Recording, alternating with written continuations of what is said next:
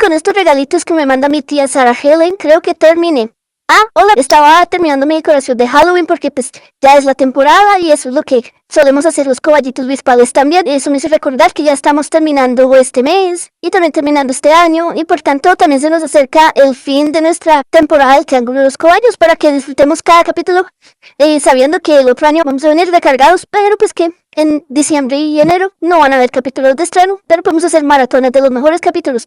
Y hablando de maratones, démosle un capítulo más de posibilidades a esta madriguera con los estrenos de este fin de semana. Carlos y Diana, todo suyo el show. Coballito, cobayos del mundo. Ya casi nos unimos en el movimiento coballístico global y universal en contra de lo que sea, que carajos. No hay nada que una más que un enemigo común. Muy buenas tardes a todos. Coballito, ¿cómo estás? Hola, Coballo. Aquí buscando enemigos comunes, así es rapidez, y no encontré, pero ¿sabes qué me recordabas? Un grupo bogotano muy divertido. No sé si lo recuerdes, lo conozcas o lo que sea, que se llama Odio a Botero. Uy, se nos cayó la cédula, Coballo. No era fan, pero sí lo recuerdo. ¿Me recuerdas? Porque alguna vez en una entrevista esas hacen preguntas inductivas. Entonces siempre le preguntaban, ¿son odio a Botero? ¿Por qué? Porque odian al pintor Fernando Botero, el famoso. Sí. Uy, ese man no asesinó gordas hago hasta yo, no, ese man no tiene talento, no tiene nada, no, eso no. Eso medio punquetos, ¿no? Entonces medio anárquicos para todo. En otra entrevista, oiga, ¿y ustedes por qué se llaman odio a Botero? ¿Tiene algo que ver con el ciclista o algo? Uy, sí, ese man no. Lo detestamos. Ese man no asesinó llegar de segundo o de tercero, porque ya se tiró unos olímpicos, no, ese man no sirve para nada.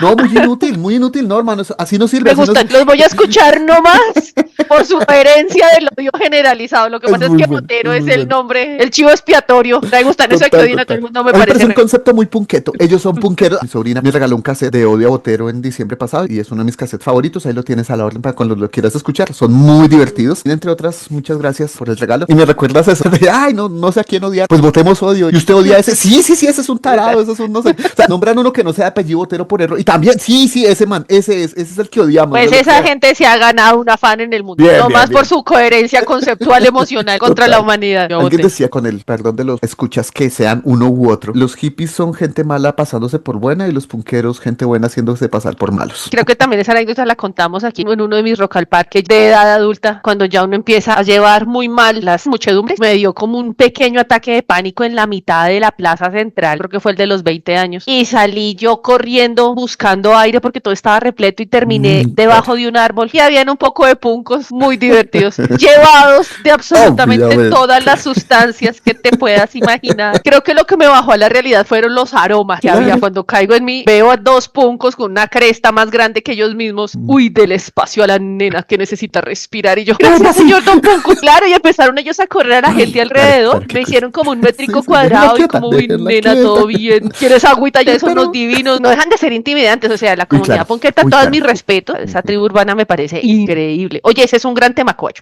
Tribus urbanas como los punk, los betachos, los carrangueros, los que sean. Hay una anécdota en México y es una batalla que se citó por redes, cuando esto está empezando en redes, entre emos y punquetos. Eso es una locura de anécdota. No la voy a contar porque yo no la viví, no es mi acervo cultural. Saludos a los cobayos mexicanos que nos escuchan. Los mexicanos en general también son muy divertidos. Me caen muy bien. En general. Leí en alguna parte, pues, de verdad que uno con tanta estupidez que lee en las redes sociales no sabe si será cierto o no, pero pues así empiezan los chismes. Y mal haría este podcast en no facilitarle el chisme. Leí que los mexicanos decían que Latinoamérica que hacía Chillando por Chespirito, que para ellos ese es un programa que no representa como gran cosa de lo que ellos son. Pues uno más, y pues en toda Latinoamérica uno se ve los capítulos repetidos del Chavo, puede uno narrar los diálogos de Chespirito, de los chifladitos. Yo estuve viendo estrenos. ¿Puedes creer que yo no había visto uno donde el señor Barriga es el casero de los chifladitos? No, para mí fue un estreno. Eso para mí... Claro que sí. Hay muchos episodios que como que siempre compraron los mismos y repetían y repetían. Pero se encuentra una de joyitas que uno no. Además que ellos tenían la costumbre de hacer un episodio varias veces, ¿no? Ya pasaron 15 años de este, volvamos a hacerle skate. Cambiaban los actores que hacían los personajes. A mí los personajes que ellos hacían de la mafia me encantaban. Bueno, es que el tema de la mafia me parece un tema muy apasionante en diferentes sentidos. Por ejemplo, el Cuajinais, el Tripa Seca, Rosa la Rumorosa, me parecían increíbles. También te echo otro chisme de mafia. Carlos Villagrán, una capacidad interpretativa bien particular. Esa voz que le ponía al Cuajinais, toda ronca, esa actitud, a mí me encantaba. De hecho, me voy a buscar una camiseta del Cuajinais. vamos a ver la tripa pero seca. tarea de- Pero es que a mí me pasó lo mismo que a Chespirito y ahí va el chisme. Para Chespirito, el comediante, el duro, el que lo hacía reír, al que él realmente le tenía envidia por su capacidad de humor, de improvisación, de gracia, de actuación y de todo. ¿Sabes quién era? No, Ramón Valdés. será, claro, Ramón yo Valdés. Ramón será porque, Ese claro. tipo era brillante y Chespirito vivía deslumbrado con Ramón Valdés. Y resulta, hablando de mafias, que ellos en una película mexicana de mafiosos, ambos, tanto Chespirito como Ramón Valdés, hacían personajes secundarios y ahí se conocieron los dos como uno de los 4 secuaces y su función era hacer reír el mafioso, que ese sí era serio, era el galán de la época de México, bueno, lo que fuera. Ahí lo conoció y dijo desde que lo conocí, genio total y es brutal. La película se llama El cuerpazo del delito. Se estrenó en 1970 y era dirigida por René Cardona Jr., Rafael Valedón y Sergio Béjar. Su formato implicaba 3 episodios, cada uno de ellos dirigidos por alguno de los directores ya nombrados, y Carlos hace referencia al segundo corto llamado La Rebelde, donde los protagonistas eran Mario Garcés y Angélica María, y Roberto Gómez Bolaños hizo el personaje de Goliat, en tanto Ramón Valdés tuvo el personaje de El Gordo. Para rematar con otro chisme, quería recordarles lo que muchos ya sabemos, que Don Ramón terminó siendo el tío del cantante Cristian Castro, ya que su hermano y el también archifamoso humorista Manuel El Loco Valdés resultó ser el padre de ese cantante, aunque nunca lo reconoció, cuya madre es también la hiperfamosa actriz mexicana Verónica Castro. Que era el tripa seca, el cuajinais y el Y shori. volviendo a tu chisme original, yo creo que, Bien. como todo chisme, se ha venido agrandando. Yo creo que ni tanta, ni muy, o sea, yo no sé qué tanto es que de verdad no lo quieran o si lo quieran, que sí tiene su fanaticada, pero no es tan masiva. Yo creo que sí tiene su nicho. En México, tan así, que pues por eso sacaron la serie de Chespirito. Estaba pensando ahorita que tú lo dices, miércoles se va a perder gran parte de la composición de la idiosincrasia de Latinoamérica sin el Chao, sin ese niño latinoamericano abandonado, maltratado, desnutrido, escolarizado a las malas, que de verdad cuando uno ya se vuelve grande y se vuelve uno ñoño y empieza a hacerle como el análisis, oiga, qué vida tan triste y tan Qué miserable. duro. Y toda la narrativa de lo que era la cultura popular, que obviamente la trae México, pero pues que se repite a lo largo y ancho de lo que tú y yo hemos dicho todo el tiempo en este podcast, y es del Río Bravo para abajo, hermanitos todos en la misma. Yo creo que es importante que esta generación vea el Chao. Claro, yo imagino que se deben aburrir un montón, Sí, yo porque es supongo. un humor lento, muy tonto. Y a veces pierde contexto. Un profesor que llega a la clase con niños de 1000 maneras, que llega fumando, que castiga Imagínate, físicamente, que lleva a la novia, no sé cómo llamarle, una señora que le va No. pegando en la cara al vecino porque, ajá. Le caen todas las conductas políticamente correctas. Sí, La sí, cosa es que nada de lo que habíamos hablado no le dimos pero a Al mío nada de tampoco. lo que te trae. Lindo Chespirito y sus personajes, pero nada que ver, Coach. El objeto que traigo el día de hoy es una mezcla de cosas. Es una categoría que todavía no he terminado de nombrar. Muy seguramente a medida que la vaya hablando y te la vaya contando, la iré elaborando. Es una mezcla de los intangibles, los tangibles. Es una parte que a mí me quedó pendiente de un capítulo anterior. Entonces ya todos, ay, sí, los Claro, sombreros los y trago. sombreros. Que no los he hecho. De un capítulo que traje con los movimientos de las manos. Y esta es la pista más idiota que se pudo haber declarado en este podcast. Vas porque por el seco. ¿qué tienen en común los guantes, los anillos, los esmaltes, los tatuajes de achote, de carbón y de henna? Los deditos, Mm, las manos en general. las manos. ¿Pero qué tienen en común ellos? Son como formas de enchular la mano. Sí, efectivamente, vamos a dejarlo así. Enchúlame Ok, la mano enchúlame porque la son mano. accesorios para las manos. Estaba leyendo y revisando cosas de lo que hice en ese capítulo, el tema de los mudras, los saludos, las despedidas, cómo las manos se vuelven extensiones de los simbolismos de reverencia, de acompañamiento, de despedida, de salud, etcétera. Pero las manos solitas no van. Una mano solita es muy rara hoy en día. La manito esté por ahí desnuda sin nada que la acompañe. En el peor de los casos, la manito en la parte de la muñeca tendría un reloj, una pulsera, mínimo tiene un reloj, y de ahí para abajo. Entonces, puse a hacer el ejercicio de entender un poco el tema de las manos. Las manitos humanas tienen 27 huesitos, la muñeca tiene 8 huesitos, la palma tiene 5 y los 14 que quedan son digitales, o sea, las falanges, las falanginas y las De cada falangetas. dedo. Y la mano, obviamente, es una parte de nuestro cuerpo que es resultado de una evolución y es un objeto completamente natural, pero las manos nos permitieron evolucionar desde el punto de vista social en términos de nuestra capacidad de sentir y de manipular cosas. No es que vamos a descartar las funciones psicológicas superiores que hace el cerebro, no, es que la memoria, la imaginación, la inteligencia Esos valen secundarios. valen basura comparado con las manos, pero hay como unos ejercicios arqueobiológicos de cómo las manitos terminaron siendo lo que son hoy en día y cómo no terminaron siendo, por ejemplo, una aleta de un pez o una garra de oso, porque tienen un desarrollo evolutivo natural y la condición social del humano establece la diferencia que tuvimos con las manos. Los simios grandes, los orangutanes, los chimpancés, los gorilas, nosotros compartimos el tema de los pulgares opuestos, pero los nuestros tienen unos metacarpianos más largos y nos hacen más potentes que cualquiera de nuestros ancestros primates. Entonces, tener los pulgares opuestos nos permitió agarrar, hacer cosas. Y en ese orden de ideas, encontré un artículo que hablaba de la importancia de las manos para el desarrollo del capital del trabajo. Pues claro, las manos fuera lo primero que hizo posible la capacidad de crear plusvalía. Mire ese Marx, lo querido, hasta 100 años para acá, que tiene que ver especialmente con nuestra capacidad de explotar nuestras ideas y de vender servicios o cosas no tangibles. Pero eso es otra carreta.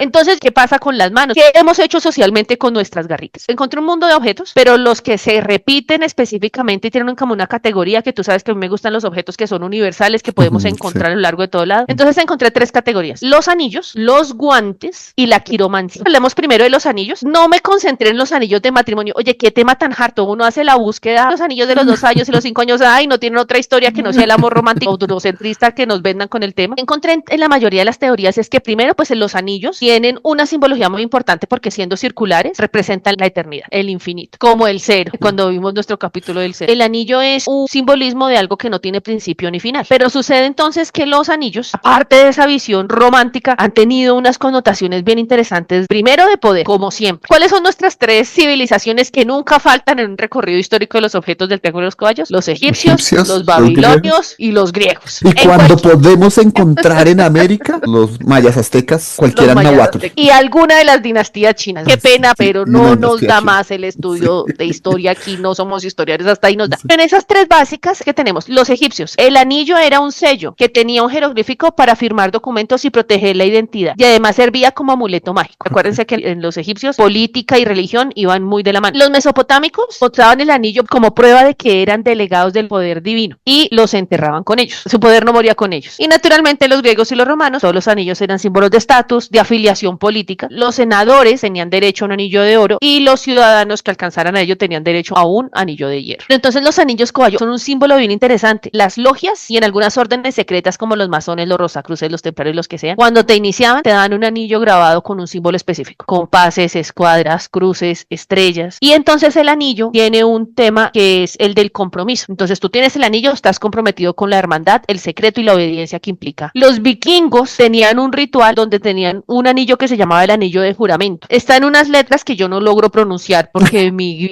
antiguo está un poco rancio, está un poco oxidado. Era un anillo que tú bañabas en tu sangre para hacer el juramento de hacer una venganza. Ese tema nos lleva a un apasionante debate entre historiadores, arqueólogos y demás estudiosos del pasado humano, interpretado a partir de vestigios encontrados, porque algunos sostienen la teoría que nos explicó Diana, en tanto para otros esos anillos no existían y eran realmente brazaletes. E incluso hay algunos que afirman que funcionaba, no como muestra de lealtad, sino como una moneda de cambio. Y yo, personalmente, alguna vez estudié los hallazgos y concluí que era un objeto cultural diseñado exclusivamente para salir en un podcast del siglo XXI. Y tal vez la realidad sea una mezcla de todas estas y algunas explicaciones más. Uno de los anillos más famosos, el anillo del pescador papal del Vaticano, Claro donde que cada papa recibe un anillo de oro con la imagen de San Pedro pescando. Se dice que se usa para firmar documentos oficiales como sello, pero pues, según lo que leí parece ser que ya no es tanto ahora, porque para eso está Adobe PDF con la firma digital, Correcto. pero sí tiene todo el símbolo de decir soy el sucesor de Pedro, y cuando muere el papa, ese anillo se Correcto. destruye en un ritual con un martillo de plata para que nadie lo falsifique. Hay unas versiones más modernas, como por ejemplo de esos anillos de castidad, de pureza, que impulsó una banda de estas pop. Sí me suena, pero ya no era mi rango musical, entonces no les paré muchas bolas, pero sí. Imagínate si no está en el rango tuyo, que tienes una mayor disposición, menos en el mío, que la música murió en el 2000. Me parece muy interesante porque tuvo un simbolismo importantísimo basado en un movimiento cristiano del True Love Waits, el verdadero amor espera, para que los muchachos no tuvieran relaciones sexuales antes del matrimonio. Entonces se suponía que quien cargara el anillo tenía un control del deseo, la virtud y la moral. Igual de deleznable o igual de admirable que cualquiera de los otros que están arriba, porque hace parte de prácticas Sí, simbólicas. claro. ¡Chanchararán! Eso suena un llevado para el caballito virtual.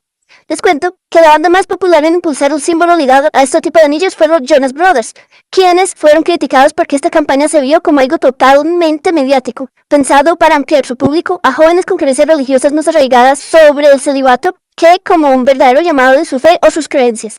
Como quiera que sea, ya más grandes reconocieron que esta idea los abrumó y desbordó por la atención mediática desmedida que generaron. La idea también era evitar la tentación. Es decir, ya tengo yo mi anillo, respétame, míralo, déjame quieto, cero tentaciones. Esos simbolismos más allá del anillo me llevaron a otros temas y es, bueno, besar el anillo del Papa es un símbolo de devoción a ese vicario de Cristo. Sin embargo, en los últimos años hubo unas polémicas ahí que besar el anillo era dar como una adoración a la persona, al Papa que estaba allí. Idolatría. Y el caso es que el Papa Francisco, que era la mar de querido, dijo, ay, evitemos los chicharrones y nadie me dé picos en ninguna parte. Y además también porque es que eso era una herencia, estuve mirando de una práctica medieval donde el rey o la reina o el noble cargaban un anillo y sus vasallos besaban el anillo en señal de lealtad feudal o pidiendo un favor. Cuando no era una relación de poder entre señor feudal y vasallo, era sin una relación entre pares, besar el anillo significaba sellar acuerdos o compromisos. En todos los continentes se ha encontrado evidencia arqueológica de esos anillos, de hueso, de cuero, de todos los tipos de metales. Y pues naturalmente en este mundo capitalista de salvajes, pues lo que tenemos en este momento es un récord de anillos donde el anillo más caro del mundo se llama el anillo de diamante estrella rosa. Es un diamante de 59.6 quilates, naturalmente se lo sacaron de África y tuvo una talla que duró 2 años. O sea, yo no me imagino la calidad de la piedra para que hubiese tenido 2 años para que el brillo quedara perfecto, que es por donde se mide el valor de las piedras. Y se vendió en Hong Kong en 2017 por la pendejadita de 71.2 millones de dólares. Y se considera la joya más cara jamás vendida. Hablemos de los guantes. Qué cosa apasionante. Una montaña rusa de emociones de los aburridos anillos de compromiso y matrimonio a los A apasionantes los guantes. La palabra glove viene del alemán que significa handschuh, zapato para las manos. Primero, los guantes aparecen como un símbolo de protección y se popularizan sobre todo en la época medieval, pues que con esas putizas que se daban, lo que hacían era proteger lo más posible sus garritas. En época de guerra funcionaban para protegerse las manos. Hablo de la época medieval, pero existen evidencias del uso de los guantes desde la edad de piedra, donde se encontraron tiras de tejido animal y de tejido vegetal cubriendo las manos para temas de sobrevivencia, peleas de puño, bueno, como que no está muy claro para qué se forraban, pero ya existía evidencia de protección de las manos. En la época de guerra funcionaba perfectamente para temas de protección y dicen que cuando un caballero se le nombraba caballero, se le daban también unos guantes gruesos porque eso significaba superioridad sobre la gente común. Cuando ya se utilizaban en otros contextos por fuera de la guerra, pues se volvieron sobre todo un accesorio de moda, que pasaba un poco lo mismo que pasaba con nuestro episodio Los abanicos, que también tiene unos simbolismos y unas particularidades dependiendo de la región. Por ejemplo, en el siglo XII, en Suecia, el hombre le regalaba a su prometida uno de sus guantes como promesa de honrar los votos matrimoniales. O una persona podía ser contratada, lo llevaban a hacer alguna tarea y recibía un guante de su amo y duraba con el guante del amo hasta terminar la tarea y cuando terminaba lo devolvía. No termino de entender por qué razón. Pegarle en la cara al otro con el guante como señal de desafío a un duelo que pervive hasta nuestros días. Y lo ejemplifica muy bien Homero Simpson.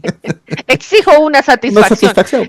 Ellos no Sí, tenían bueno. claro cómo podía tener de impacto el andar repartiendo guantazos Guantazo. a diestra y siniestra. Como todo en nuestro sistema capitalista, los guantes se volvieron también un símbolo de estatus. No hace muy lejos, estoy hablando de la Francia revolucionaria, donde había guantes para el desayuno, guantes para el mediodía, guantes para la noche, guantes para el duelo, porque con esos grandes hábitos de aseo que tenían, lo que hacían era perfumarlos, minimizando los otros olores que tenían, evitando el mayor contacto posible con las superficies o con otras personas. O con el pueblo. Bueno, yo les di categoría de personas, es que hoy vengo muy magnánima, Cobayo. Sí, sí, sí. En el feudalismo no eran Sí. personas, cobayo. Hubo un producto que se popularizó un montón en la Europa victoriana y fueron los guantes negros, que eran los guantes obligados para ir a funerales o en periodos de luto. En el guante, además, tenían bordados los relicarios o, óyeme esta barbaridad, pegaban cabellos del difunto adentro, como para que tú no Ok. tuvieras oportunidad de elaborar tu duelo. En la época industrial, en el último siglo, pues los guantes han tenido una evolución brutal. Los guantes de protección de carnaza, de caucho, los quirúrgicos, los de boxeo, bueno, hay un montón. Y están los guantes que tienen accesorios como púas, cuchillas y garras metálicas, Oh. devolviéndonos un poco al tema de los punk del que habíamos hablado inicialmente. Un guante lleno de taches de una vez te manda a un tema muy punkero. Obviamente es una pieza teatral, Sí, sí, no es sí. que así sea, hace parte del outfit que lo representa, pero es un tema de resistencia. Y sirve para hacerle espacio a las que tienen ataques de pánico. Y eran unos niños. Yo creo que yo era más grande que ellos. Saludos a los amigos Saludos. punqueros, que no creo que escuchen el triángulo de los No caballos, creo. pero bueno. Hubo algo que no lo dejé como categoría de esta reflexión sobre los accesorios de las manos, sobre el enchúlame las manos, y fueron las uñas. De las pocas vanidades que yo tengo es arreglarme mis uñitas. Me consume tiempo y me consume energía. Y me encontré, por ejemplo, que desde el siglo IX en China, las emperatrices se hacían unas uñas postizas de porcelana que se pintaban a mano, que podían llegar a medir hasta unos 8 centímetros. No estaban lejos de las niñas reggaetoneras de ahora,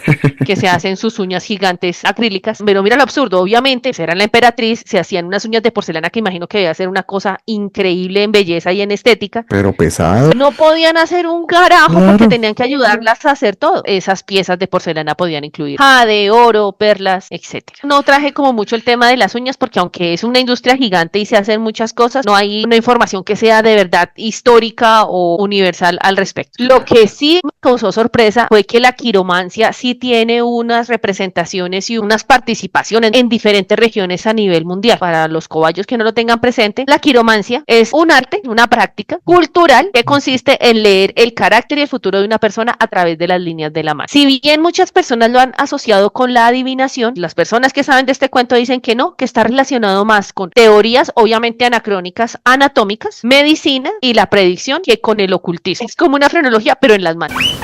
Queridísimos cobayos, hoy traigo un aporte muy curioso, la frenología. Es una antigua teoría postulada por el fisiólogo y anatomista alemán Franz Joseph Gall, que decía que la forma del cráneo indicaba el carácter, las facultades de la mente, los talentos e incluso la inclinación al robo o a la bondad. Es decir, que si alguien tenía la cabeza muy plana en un lado, era una mala persona, pero si tenía algunas protuberancias especiales, era una persona buena.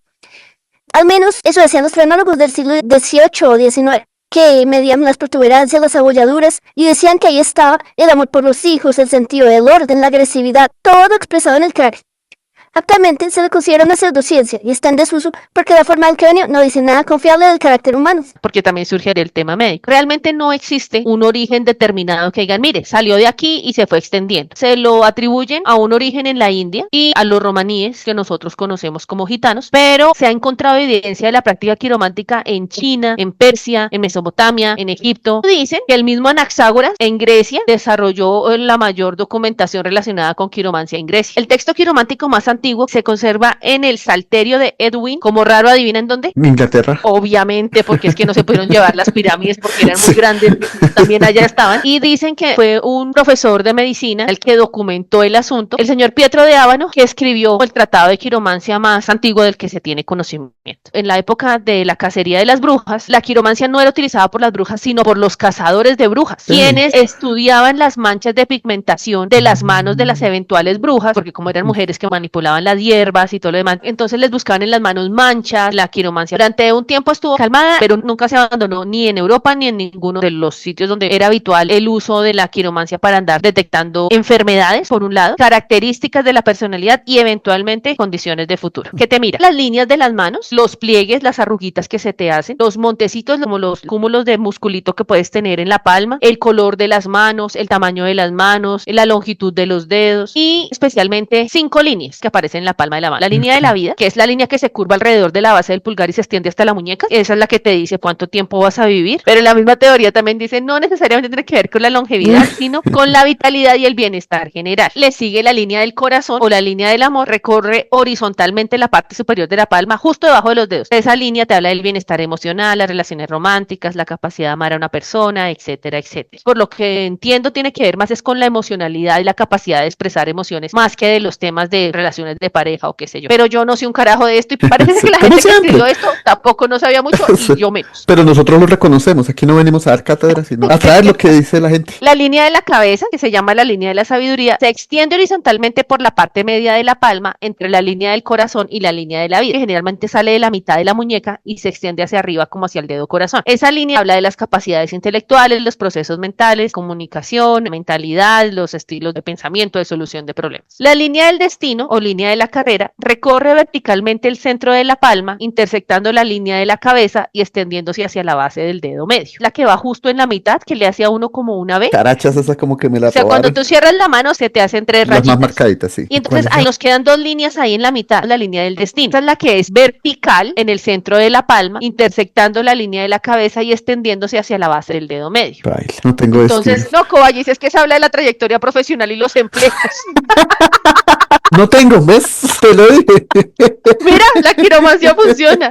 Yo la tengo muy tenue. La línea del destino habla del propósito en la vida y las relaciones con elecciones de oficio, de trabajo. La línea del sol o la línea de Apolo no está presente en todas las palmas. Se extiende desde la palma hacia el dedo anular. Representa el éxito, la fama y el reconocimiento público. O sea, esa la tiene Shakira y Messi. Adicional a eso, en las manos tú tienes unas zonas carnosas que corresponden a diferentes planetas según la astrología. Aquí es donde la quiromancia empieza a nutrirse enriquece de las cosmogonías que hay en las diferentes culturas. Entonces, la base del dedo índice es el monte de Júpiter. Dicen que es el monte de la confianza, la ambición y el liderazgo. Luego tenemos el monte de Saturno, que es el que le sigue debajo del dedo corazón, simboliza sabiduría, responsabilidad y fortaleza. El monte de Apolo, que se ubica debajo del dedo anular, representa el optimismo, la vitalidad y el potencial creativo. Y finalmente, el montecito que tenemos debajo del dedo meñique se llama el monte de Mercurio, se relaciona con la comunicación, la inteligencia y las habilidades sociales. En la parte inferior de la palma, en el lado del dedo meñique, está este montecito que tenemos en la parte externa de la mano, es el monte de la luna y habla de la imaginación, la intuición y la capacidad creativa. El monte de Venus es el que se sitúa encima del dedo pulgar, se vincula con el amor, la sensualidad y la atracción. Hay otro mundo de clasificaciones también, entonces habla que la mano se divide en unas regiones, que son las regiones de Marte, el Marte interior, el Marte exterior, la llanura de Marte, pero mis conocimientos en martiología también son escasos. Y salieron retrógrados. También habla de que la longitud y la forma de los dedos se lee en la quiromancia. Si tu mano es flexible, si tu piel es rugosa, si mantienes las manos húmedas, secas. Analizan también la forma, el color de las uñas, si tienes, ¿cómo se llaman? Lunitas, en la parte blanca.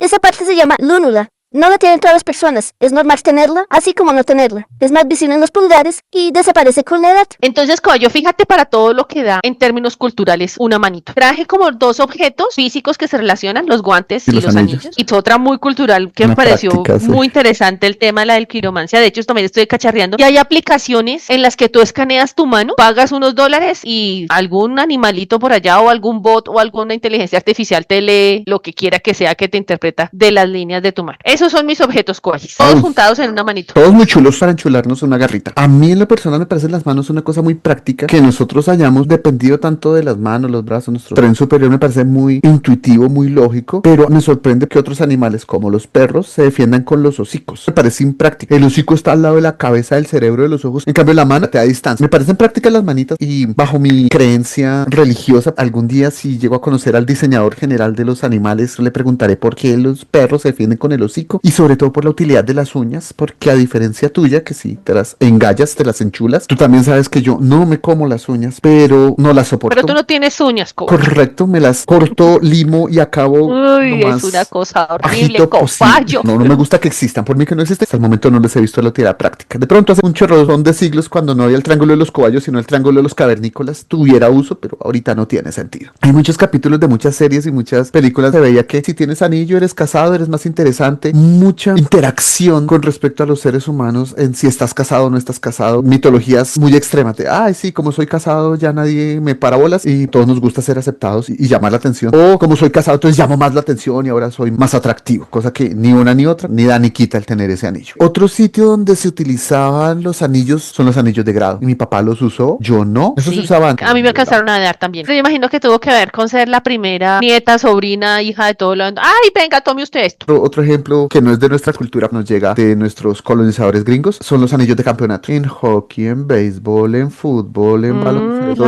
esos son anillos. Michael Jordan bromeaba con que ya no le cabían en una sola mano, y es cierto, él tenía 7 anillos de campeonato. Un anillo muy famoso es el anillo del Nibelungo, que es un mito que también después nuestro amigo Wagner lo volvió una ópera, pero refiere, grosso modo, para no hacer spoiler, de una obra que tiene más de 100 años. Es como un anillo que se hace a partir de oro que estaba en el Rin, uno de los principales ríos de Alemania. La idea es que el anillo tiene unos poderes mágicos y esos poderes los puede tener una persona siempre y cuando acepte la maldición que viene con el anillo. Escúchense el anillo del Nibelungo, o sea, si no tienen nada que hacer la próxima semana, alcanzan a escuchar la primera parte. Obviamente destinar una semana para oír esta ópera es una exageración, pero sí se trata de una obra muy extensa, que dura aproximadamente 16 horas. Originalmente se diseñó para ser interpretada en 4 jornadas divididas así. Primera jornada, llamada El Oro del Ring, dura 2 horas y media. Segunda jornada, llamada La Valquiria, dura unas 4 horas. La tercera jornada se llama Siegfried y dura unas 5 horas y media. Y la última jornada se llama El Ocaso de los Dioses y dura no menos de 5 horas. Por cierto, la obra fue compuesta durante 26 años por Richard Wagner y se estrenó en 1874. De esas abstracciones absurdas que uno hace, nosotros pensamos que todos esos países nórdicos, eslavos, alias vikingos, son todos decentes, buena gentes, cultos. Pero sí, mira que entre ellos mismos se tiran. Alguna vez escuché que si tú vas en la nieve en Dinamarca y se te cae, se te pierde, se te refunde por lo que sea, el guante para la nieve, cualquiera que lo encuentre lo va a dejar colgado del árbol más cercano. Y si no viene su dueño a reclamarlo, ahí morirá y ahí se acabará y nadie nadie lo coge. Si se te cae en Noruega, échale tierrita porque los noruegos no devuelven nada. Pero me pareció muy curiosa la anécdota entre ellos. Otra anécdota muy curiosa con guantes, no sé si la has visto alguna vez, es de la asesina serial más prolífica. En un montón de escenas en diversas ciudades de Estados Unidos, no sé, 5 muertos en Nueva York y 14 muertos en California y 8 muertos en Nuevo México y 16 muertos en Seattle y así sucesivamente por todo el país. Encontraron ADN de mujer, pero no está en la base de datos de ninguno. ¿Cómo puede ser que haya matado tanta gente y revolcaron todo el país? Finalmente resulta que una operaria que surtían los guantes de látex para las policías de todo Estados Unidos cometió un error al manipular y dejó su ADN en un lote bastante grande, y entonces cada vez que iban a manipular las escenas aparecía el ADN que estaba en los guantes, que era de esta señora. Entonces llegó a ser en algún momento la asesina serial más prolífica de toda la historia sin haber matado a nadie, solamente por dejar su ADN en un montón de guantes de látex. Cuando yo hacía copia en el colegio y me escribían las manos, yo alegaba quiromancia y nunca me creyeron. Me parecían muy ignorantes realmente.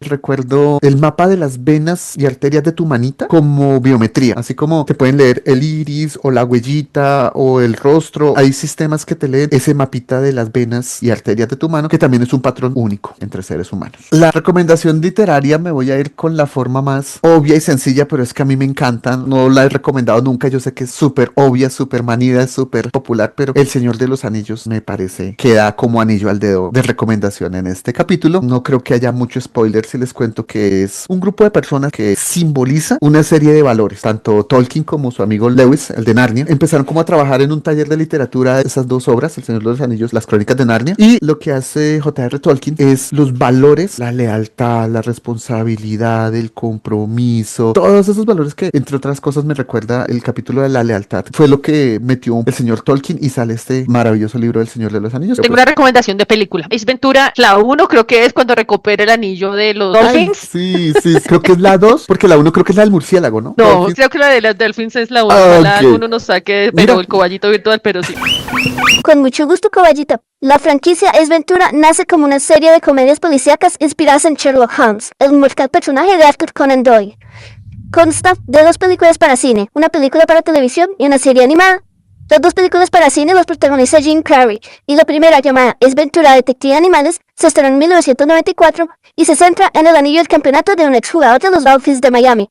En tanto, la segunda, llamada Ace Ventura Cuando la naturaleza llama, se estrenó en 1995 y centra su argumento en el viaje que hace el detective a África e investiga la desaparición de un murciélago. Por lo anteriormente dicho, la coballita es quien tiene la razón. Es mi referencia más cercana. Para matizarla hay otra recomendación donde dice: me quité el anillo despacito, me lo metí en el bolsillo, que es el tiburón de Proyecto 1. Si yo recomiendo a Ace Ventura, ¿tú por qué no vas a poder recomendar El a tiburón. Proyecto 1? Eso sería un exceso de hipocresía el mío. Sí, Muy bien, Coballo, sabe. qué gran grupo el Proyecto Icónico. 1. De Wagner a Proyecto 1. Y del Señor de los Anillos a Ace Ventura. Ese puede ser el plan de la semana siguiente. Matizo en la música porque tiene que ver con mi objeto cultural, ¿no? Eso. Digamos que es exageradamente específico. Este es todo lo contrario a tu naturaleza de buscar las cosas universales. Es tan específico como pudo llegar a ser, por ejemplo, el capítulo de la superestación. Entonces esta es de la misma. Como es tan específico, te voy a hacer un acercamiento supremamente fácil. Después una pista un poquito más compleja y finalmente a ver si la coges y si no te doy el objeto. ¿Listo? Ahora que lo pienso, también como pista te puedo decir que tiene mucho que ver con uno de nuestros coballitos invitados, con el coballito beta. Algo tiene que ver con el capítulo del grupo Nietzsche, y pues pensando en que hablamos de astrología, en que hablamos del capítulo de los abanicos, del cero y otros capítulos que hemos hecho, meter la cuñita de que podemos repasar esos capítulos clásicos. Ya hablamos de capítulos clásicos del Triángulo de los Clásicos. Cobayos, tanto en el agregador de podcast que cada uno haya elegido, como en el mismo YouTube, y ahí nos pueden ver los hociquitos literalmente a los cobayos. Entonces vamos con la parte fácil, después la difícil y después el remate, a ver si le das. Trata de asociar las siguientes frases o palabras. No surprises.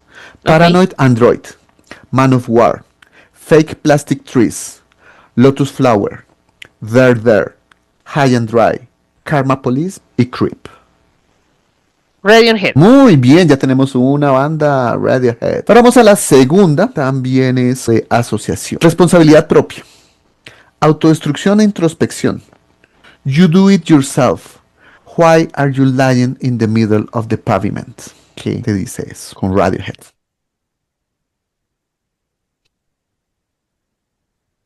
Uy, no, Cobayes. Te dije que era No muy se me ocurre difícil. nada concreto. Se me Muy ocurre un difícil. poco, otra vez, responsabilidad propia. Responsabilidad dijiste, propia, autodestrucción. autodestrucción. Pues lo único que se me ocurre es el grunge. Y las dos en inglés. You do it yourself y Ajá. Why are you lying in the middle of the pavement? Lo único que se me ocurre es el movimiento grunge. Sí, de hecho esta canción pertenece a eso, de Radiohead. Ok. ¿Listo? Ok. Es Just. No sé si Ok. la conozcas. Que está en un CD que me regalaste hace años. Uy, no me acordaba, sí señor. Uy, qué buena memoria. Just la voy a tomar como el videoclip. Mi objeto cultural de hoy es el videoclip de la canción Just de la banda Radiohead que pertenece al movimiento grunge. Ves que era supremamente específico de videos musicales. Hay muchos y ya como que nos acostumbramos a ver videos y cortos musicales, incluso no musicales y montajes y todo. Pero los videos musicales tienen un origen bastante discutido. Lo que yo he concluido es que vienen siendo algo así como el misterio del nacimiento del Nilo por allá en el siglo XIX. Como era descubrir esa África inhóspita, indómita que tenemos que acabar a machete nosotros los colonizadores buenos a llevar cultura y civilización. Todos querían saber dónde empezaba el bendito río Nilo porque el río Nilo es una brutalidad de río. Todos estos exploradores lo que hacían es buscar la fama. Yo encontré el nacimiento del Nilo y se metían por allá al Congo, a Ruanda, a los sitios del todo el corazón de África. Bien difícil de encontrar el nacimiento del Nilo y resulta que muchos exploradores se atribuyeron aquí nace el Nilo. Ya con las técnicas modernas nos damos cuenta de que todos tenían razón porque es que el Nilo es tan grande que tiene muchos afluentes, muchos posibles sitios donde pueden nacer y se va alimentando hasta que llega a ser el río que es. No hay un punto específico de nacimiento del Nilo, sino que son varias fuentes. Entonces más o menos lo mismo pasa con los videoclips. Son varios artistas, canciones, productores y situaciones que crearon y popularizaron lo que hoy conocemos como videos musicales o videoclips. Entonces yo, como fiel groupie, me quedo con la teoría de los Beatles, que cuando no pudieron ir inicialmente a Estados Unidos, mandaron un video de las canciones que más estaban sonando en Estados Unidos, mandaron 2 videos, mentiras, y las empezaron a pasar por la televisión gringa. Fueron los primeros videos musicales que existieron en el universo humano. Pero pues hay más teorías. Los videoclips son un objeto compuesto por música, narración y estilo visual. Yo me voy a guiar por la propuesta metodológica para el análisis de un videoclip de José Patricio Pérez Rufi en 2020 de la Universidad de Málaga. Lo primero es el título, obviamente es Just. El intérprete, como muy bien acertaste, es Radiohead. El director de este video es James Travis. Este video está editado por la Oil Factory Productions. El género es grunge beat pop. La disquera es Parlophone y el año en que sale este videoclip es 1995. De estos datos previos, así le llama Pérez Rufi, yo destaco al director, porque es que resulta que James Travis fue seleccionado por su trabajo haciendo cortometrajes y Just tiene ese tipo de lenguaje. O sea, te cuento una historia así en los poquitos minutos que dura el video. Del contenido, que así le llama Pérez Rufi a esa otra parte, es un video que narra su propia historia, es decir, tiene un principio, un nudo y un final. Tiene gran apoyo en la capacidad actoral de quienes aparecen ahí, sobre todo el protagonista. ¿Tú has visto o recuerdas ese video? No, me acuerdo de la canción, pero el video no. Listo, lo escogí porque la canción como canción, pues sí, le fue bien, pero el video es uno de los videos más icónicos del movimiento grunge. Ahora que lo pienso, no me has explicado bien qué es eso de grunge. Es como si dijéramos, cojamos el rock alternativo y el indie, mezclémonos con algo de musicalidad y una buena dosis de pesadez emocional, cuyo sonido suele tener guitarras potentes y distorsionadas, melodías en las voces, una batería que suena como si estuviera furiosa. Pero lo principal, y aquí estuvo su éxito para difundirse entre los adolescentes de la época, son las letras, llenas de apatía y desencanto. Por cierto, fue en la década de los 90, donde reinaron las guitarras que gruñen, las baterías que rugen, voces que parecen haber olvidado afeitarse y letras que dicen, estoy cansado de todo. Eso es el resumen perfecto de este género. ¿Fue entonces un nihilismo musical? Yo creería que es más bien un estoy triste, inconforme y apático, pero sin energía para pelear.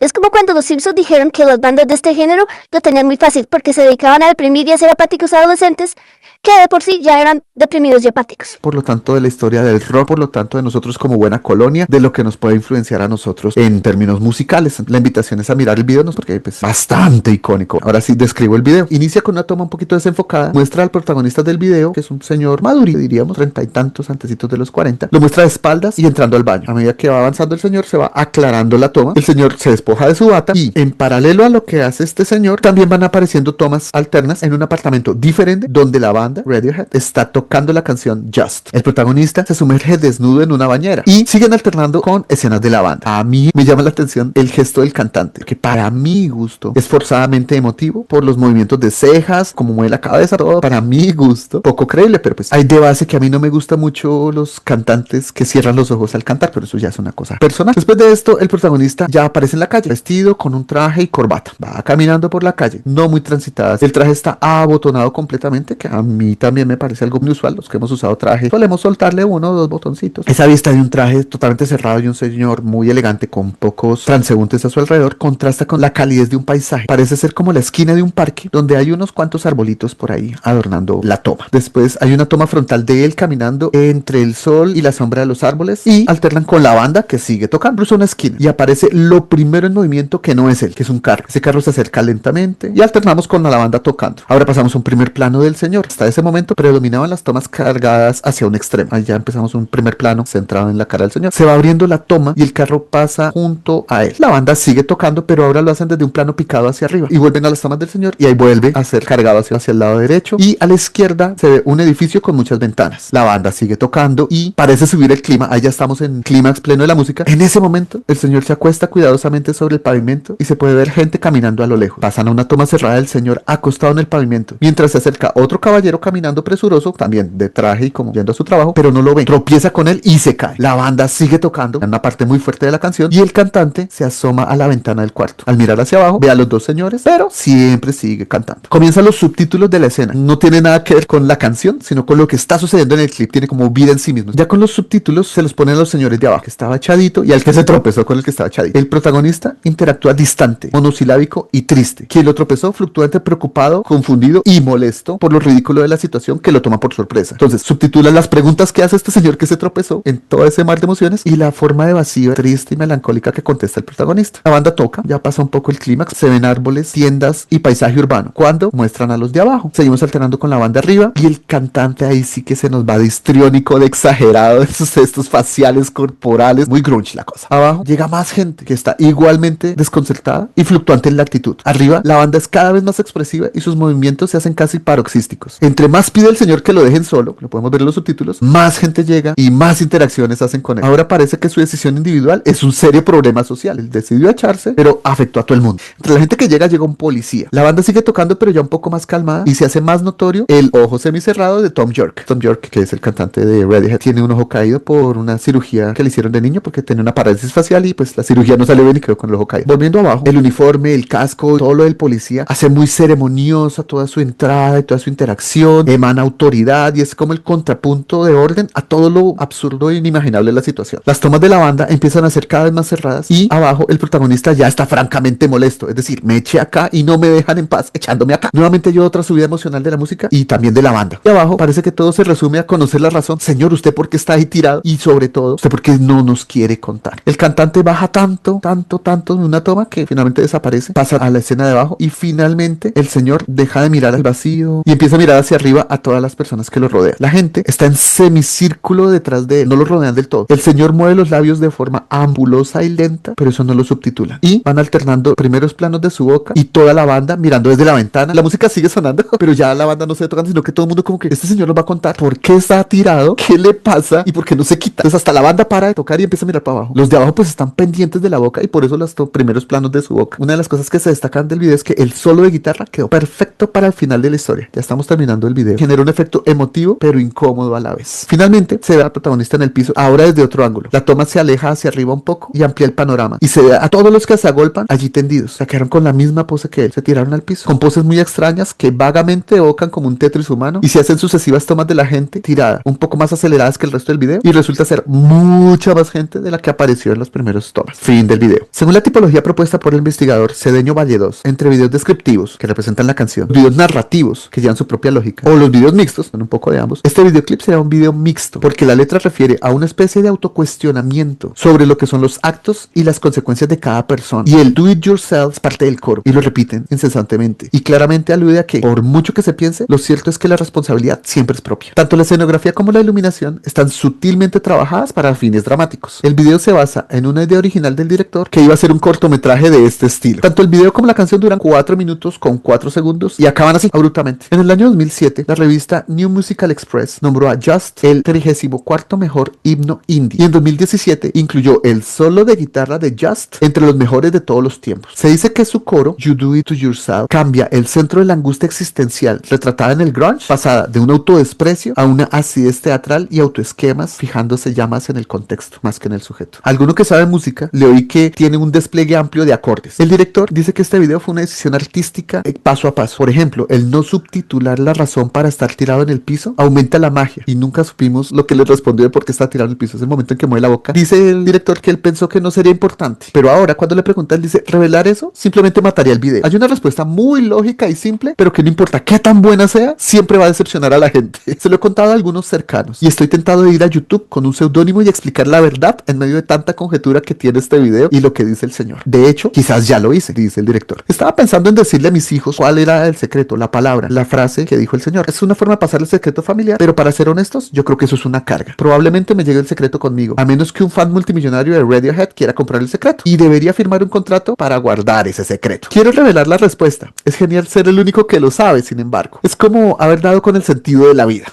A mí me parece que el tipo sí sabe lo que iba a decir, pero era tan obvio, tan tonto, que no lo subtituló y se le volvió esa pieza de resistencia, ese momento culmen, ese plot twist en donde, oh, qué misterio, que es cualquier estupidez. Cierro con mi recomendación literaria. Todos quieren a Daisy Jones, con su título original, Daisy Jones and the Six, que habla de un grupo ficticio con ese nombre, Daisy Jones and the Six, y su ascenso vertiginoso a ídolos juveniles que tenía muchos groupies, muchos excesos, mucha música y, claro, videos cuyo clímax es la aparentemente inexplicable separación en plena cima mundial de este grupo. Es tan creíble este libro que constantemente le preguntan a la autora y ella solamente reconoce una muy vaga inspiración en Fleetwood Mac. Parece de verdad la historia de un grupo tan creíble que inspiró una serie homónima de televisión para Amazon Prime Video que se estrenó en 2023 con una temporada de 10 capítulos producida entre otras personas por Reese Witherspoon.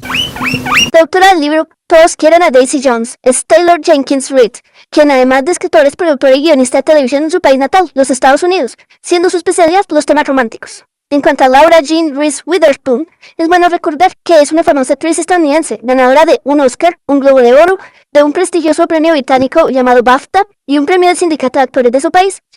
Sus trabajos actorales incluyen películas como Amor de Verano, Miedo, Crepúsculo, Novela de Vampiros, otra que se llama igual, Juegos Sexuales, Psicópata Americano, Legalmente Rubia 1 y 2, Sweet Home Alabama, Monstruos vs. Alien, Sing 2, entre muchas otras. Espero haber hecho lo mejor posible explicando un video en un podcast que no tiene imágenes. Eso estaba porque es pensando. muy difícil. Y ese es mi objeto cultural del día de hoy. Mientras tú hablabas, yo lo vi en mute para hacerme una idea del video, porque tú sabes que a mí a veces me cuesta seguir indicaciones y pensé que iba por otro lado. Yo tengo muchas interpretaciones de todo el asunto. Súper. Pues madre, Radiohead es una banda que uno tiene que escuchar, como dirían los profesores de psicoanálisis, bien dormido, bien comido, bien tirado. Sí. Porque si no te desbarata. Exacto. Y Just es una canción que si uno no le pone cuidado, pues es una canción incluso frívola, superflua, porque el estribillo... Es sencillito. Exacto, pero claro, cuando uno ve el video, a mí se me ocurrieron un mundo de connotaciones políticas, Coballo. El pobre tipo, quién sabe qué drama tiene en su vida, y pues él decide parar, y el entorno no lo deja parar porque los afecta, pero es como si la culpa de que él parara fuera solo de él. Y entonces ahí es muy bacano el tema de la letra de la canción, porque es solo tú eres el que, tú eres tú contigo haciendo la tarea tuya, tú te haces a ti, y solo tú, y suerte. Entonces, eres solo tú cuando tienes problemas, pero si estás bien, entonces ahí sí entramos todos. Si tú, lo que tú Y haces si no nos afecta a estorbas, todos, o sea, y si no nos estás estorbando. maravilloso, haz lo que quieras. A mí me encanta Tom York porque es una criatura que pareciera que no es de este planeta. Para mí es un... el grunge con patas. Sí, de acuerdo, o sea, él y Cobain. Increíble. Bueno, este se bañaba un poquito más y tenía un Exacto. sentido menos depresivo, diría yo también. Él tenía El más otro- instinto de supervivencia, pero pues por sus Sí, historias de de acuerdo. vida. Entonces eso uno, yo decía, bueno, quién sabe cómo sea el video, porque los videos de Radiohead son oscuros, son densos. Y este no es oscuro ni denso en su En su imagen, estética, en su en su- color, en lo que quiera que sea. Pero claro, uno empieza a ver al pobre tipo ahí en el piso y a mí también empieza a entrar angustia. ¡Párese! Sí, O pues por lo ahí- menos dígame qué le pasó. Que le porque usted no ayude, puede estar- entonces, ¿sí? O si sea, es usted tan está grave. chillando completamente en lo que está aquí. Y yo digo, pues va al ejercicio de lo que te decía hace unos minutos. Pues no chilla. Pues él se mamó de la vida y de lo que sea y le salió de los huevos y tirarse ahí en la mitad del pavimento, pues déjelo. ¿Sabes que es una crisis como la tuya, pero manejada de otra manera? A este no le dio pánico, a este le dio hastío. Y no Sí, buscó de un lugar acuerdo. seguro, sino no doy más. Este fue. Y hasta aquí llegué. Lo que tú dices, los mínimos de supervivencia que todavía nos quedan algunos. El video no es tan oscuro como uno esperaría, porque el final me encanta.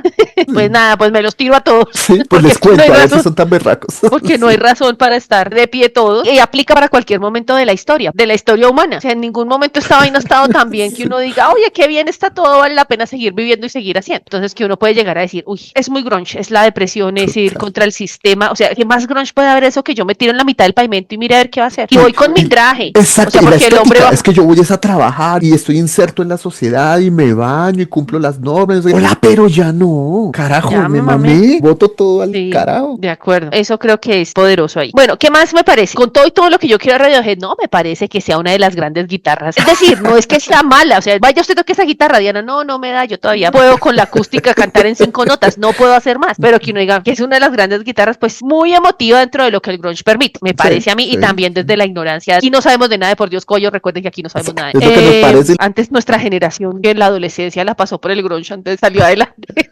Porque si bien el rock es un ejercicio de resistencia, de oposición abierta, con energía, con fuerza, pues el grunge no es la resistencia, sino restregarle en la cara a todo el mundo lo bicho que está todo en un movimiento muy melancólico y en unas posiciones muy depresivas, pero que siguen siendo interesantes. Y creo que si uno escucha la canción así nomás, o las canciones en general del grunge así nomás, sin ayuda del video, puede que uno no se enganche tanto. Pasan durante un Exacto. almuerzo y no le pasa nada. Exacto, ¿por qué? Porque precisamente está construida como para ser tan lenta o tan dolorosa o bueno, lo que quiera que pasen ahí en cualquiera de las escalas emocionales hacia vales, bajitas, negativas. Claro, cuando uno ve los videos del grunge, tú haces el feeling, tú haces el enlace con eso y dices, uy, qué buena canción, qué buena historia, tiene un significado, me llega, me toca. En algún momento yo pensé traer los videos en general, Coballis, como un objeto. Súper. Pero yo dije, si no consigo la universalidad de los videos, no me sirve. No, eso es una tesis de doctorado en música, o sea, eso no iba a pasar. Porque dije, no, qué bueno sería hablar uno de los videos musicales que se producen, qué sé yo, en Namibia, en Bangladesh. Todo el K-pop y sus antecedentes, los videos en Tailandia son una locura. O sea, exacto. Sí, la música japonesa, una locura. Porque claro, porque es que los videos musicales son obras de arte, Coballes. Son manifiestos, son declaraciones abiertas a 100.000 cosas. También son viles mamaderas de gallo, pero que te mueven. Encontré una definición que me parece muy justa a lo que estás diciendo. No la incluí porque ya estaba hablando mucho. Los videoclips son obras de arte efímeras que suelen ser vistas solo una vez y luego olvidadas. Es que ya hay muchos, entonces pasa uno y pasa el otro. Uy, pero depende. Pero están muy bien hechos. Estaba leyendo que día una psicóloga que sigo en redes, no recuerdo su nombre, la nomia no me lo permite. Me parece muy coherente, como muy articulada y saca cositas de todo tipo, temas de pareja, temas de bienestar, temas de manejo del tiempo libre. Y entonces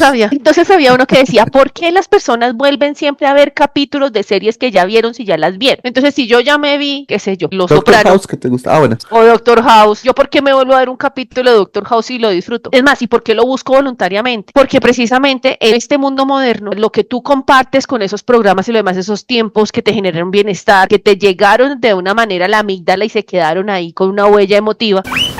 Recordemos que una de las principales funciones de esas pequeñas partes del cerebro que los humanos han llamado la amígdala es gestionar la información entre la corteza prefrontal y el hipotálamo, mediante el procesamiento y almacenamiento de las emociones, influyendo fuertemente en el aprendizaje y la memoria desde lo emocional. Cuando tú vuelves a ellos, vuelves a esos momentos de tranquilidad, de bienestar o de alegría, lo que te evoca el programa. Yo creo que lo mismo pasa con los buenos videos. Hay videos que uno dice, no sé, es que un capítulo, una serie, una película, lo que sea, es mucho más largo. El drama de esta persona, una cosa tan bien hecha, un bloquecito tan bonito, tan armado, tan armónico, tan pensado, tan trabajado, y con el mar de videos, con el mar de estimulaciones visuales que hay, se pierde y se ve una vez y no vuelve. Claro, no estoy hablando de Thriller, cuando se producían, no sé, 100 videos al año, estoy exagerando, obviamente eran más. A comparación de hoy, que se producen 100.000 millones de videos al año, también estoy exagerando. Uy, no sé, Coaches. Yo, por ejemplo, creo que también me puedo narrar de cabeza algunos videos, qué sé yo, Enter Sandman de Metallica o algunos de los de Foo Fighters, Learn to Fly, o sea, ese video es... Fighters no me gusta. Sí, pero me parece divertidísimo el maldito video, todos vestidos de viejas haciéndose pasar por roles de mujeres. Hay videos que yo digo, sí, venga, es más, lo busco y venga, me lo veo otra vez, ay, qué divertido, y la canción y lo demás. Pero proceden de esa época donde no había tanta estimulación, digo yo. ¿Será? Pues no sé, aquí no tenemos centenias que nos saquen de la duda, pero digo, es solo mi hipótesis basada en absolutamente nada y con mis pies firmemente parados en el aire. Es una buena hipótesis, Coyo, habría que masticarla, porque sí, tienes razón, estoy pensando qué videos del 2010 para acá que yo diga, venga, me lo vi y venga y lo repito, no sé, tendría que mirar. Pero sí, creo que es un ejemplo brutal y de una manera muy amable, Coballo, de no traer, por ejemplo, vamos a hablar del movimiento grunge, no vamos a hablar de, no, viniste de una manera muy amable, sí, pongamos un ejemplito, mira lo que pasa en el video, se los cuento, ojalá y mira lo que veas. Artísticamente tiene mucho que rescatarle, no te quedes con la depresión, no te quedes con lo malo. Y que salen ahí cosas, me parece que fuiste un Coballo muy polite, muy bien. Apenas como para salir en un podcast. Exacto, como no llegaste a decir, bueno, vamos a hablar de los movimientos post-rock de los 80 y 90. morimos. No, No vamos a gracias. hablar de este video que pasa en Radiohead es una gran banda. Uy, sí, Pero lo que cierto. te digo, tiene uno que escucharla en cierto momento y de cierta manera. Tocan pequeñas dosis. Aquí uno se zampe También. todo el disco de una. De pronto, si lo tiene uno como ruido blanco y no le está poniendo cuidado, puede pasar. O sea que la estrategia más o menos es Wagner, Proyecto 1, No. Radiohead. Wagner, Exacto. y ahí compensa una cosa A con ver, otra. entonces, Wagner, Proyecto 1, Radiohead y Chespirito, no lo dejemos por fuera. Sobre Todo todo cuando Chespirito. tienen los episodios que son musicales, ¿te acuerdas? Que Sí, el claro que profesor sí. Girafales les canta, Claro que o cuando sí. llevan serenata, que son muy divertidos. Gran producto cultural el Cobayos. Producto cultural además, porque Además, fíjate, sí. y la otra colita que estaba ahí pendiente es el pendejo este que dice, y yo les puedo decir, y el que pague le cuento. Es el loco. El director del O sea, videoclip. está pegándole a un mercado que de pronto hace 20 años, 30 años, cuando Radiohead estaba en su apogeo, pues no tenían cómo, pero en este momento ya todos pueden llegar a tener trabajo y cierto patrimonio y decir, pues venga, le pago, muestre a ver cuánto es, y yo quiero saber qué fue lo que Quiero saber dijeron. cuál es el secreto de Just. De acuerdo, muy Entonces, bueno. sí. Saludos a Jamie Traves, que es el director. Y a Tom York. Ay, ¿será que algún día Tom York nos escucha? Sería buenísimo. Puede ser una meta. ¿Qué tal que sean nuestros oyentes en Estados Unidos? No sabemos. ¿En Estados Unidos o en Inglaterra? ¿Dónde vivirá? Yo digo como la Estoquearlo. industria está en Estados Unidos. Vamos a estoquearlo y le vamos a mandar el enlace del triángulo de los Cobayos. Sí, nos escucha. Mire que hablamos de usted. Claro, y faltaría ver, por ejemplo, estos otros podcasts especializados de gente retesa que sí sabe bien del cuento, de la composición musical, del sentido estético y artístico de la música, del negocio de la música y lo demás. ¿Qué opina del asunto? Nosotros humildemente decimos que qué lindo. El grunchiche espíritu. Buenísimo, sí. Yo voy a hacer una camiseta con el Tripa Seca y York. Bueno, yo me voy a hacer solo una con el Cojinais. Pues eso, a eso vinimos. Bueno, contamos a muy los bien, cobayitos. Cobayos. Entonces, que los cobayos nos cuenten si les gusta Radiohead, qué anillos tienen, Si conocían el Y- video, si conocían esas historias de anillos, guantes, que nos cuenten cómo tienen las líneas de las manos, los montecitos de las manos, si les han leído la mano, cómo les ha ido con la Eso. lectura de la mano, y que nos escuchen y que nos difundan. que nos visiten y nos comenten y todo. Y pues nada, ahí esta madriguera siempre estará para sorprenderlos. Yo creo que no vieron venir. Ni enchúlame la mano, ni Just. Logramos el objetivo nuevamente. Yo creo que no lo vieron venir. Muy bien. Super Cobayito, muchas gracias. Muchas Dale, gracias al Cobayos. Cobayito virtual. Naturalmente a los Cobayitos que nos escuchan y nos escuchamos en la próxima. Bye, que les vaya bonito. Adiós. Todo un viaje emocional que nos lleva por muchas formas de querernos cuidarnos y así quedarnos las garritas, perdón, las manitas, o bueno, casi que es lo mismo. A mí personalmente me gusta usar algunos adornos, aunque trato de no repetirlos, pero bueno, ese será tema de otro objeto cultural. Por el momento pensemos en los objetos que nos trajo Diana e incluso en esa práctica tan curiosa que es la quiromancia. Creo que ya me dieron ganas de ir a que me lean mis garritas. ¿Qué resultado darán mis huellitas? Tal vez en otro capítulo les cuente.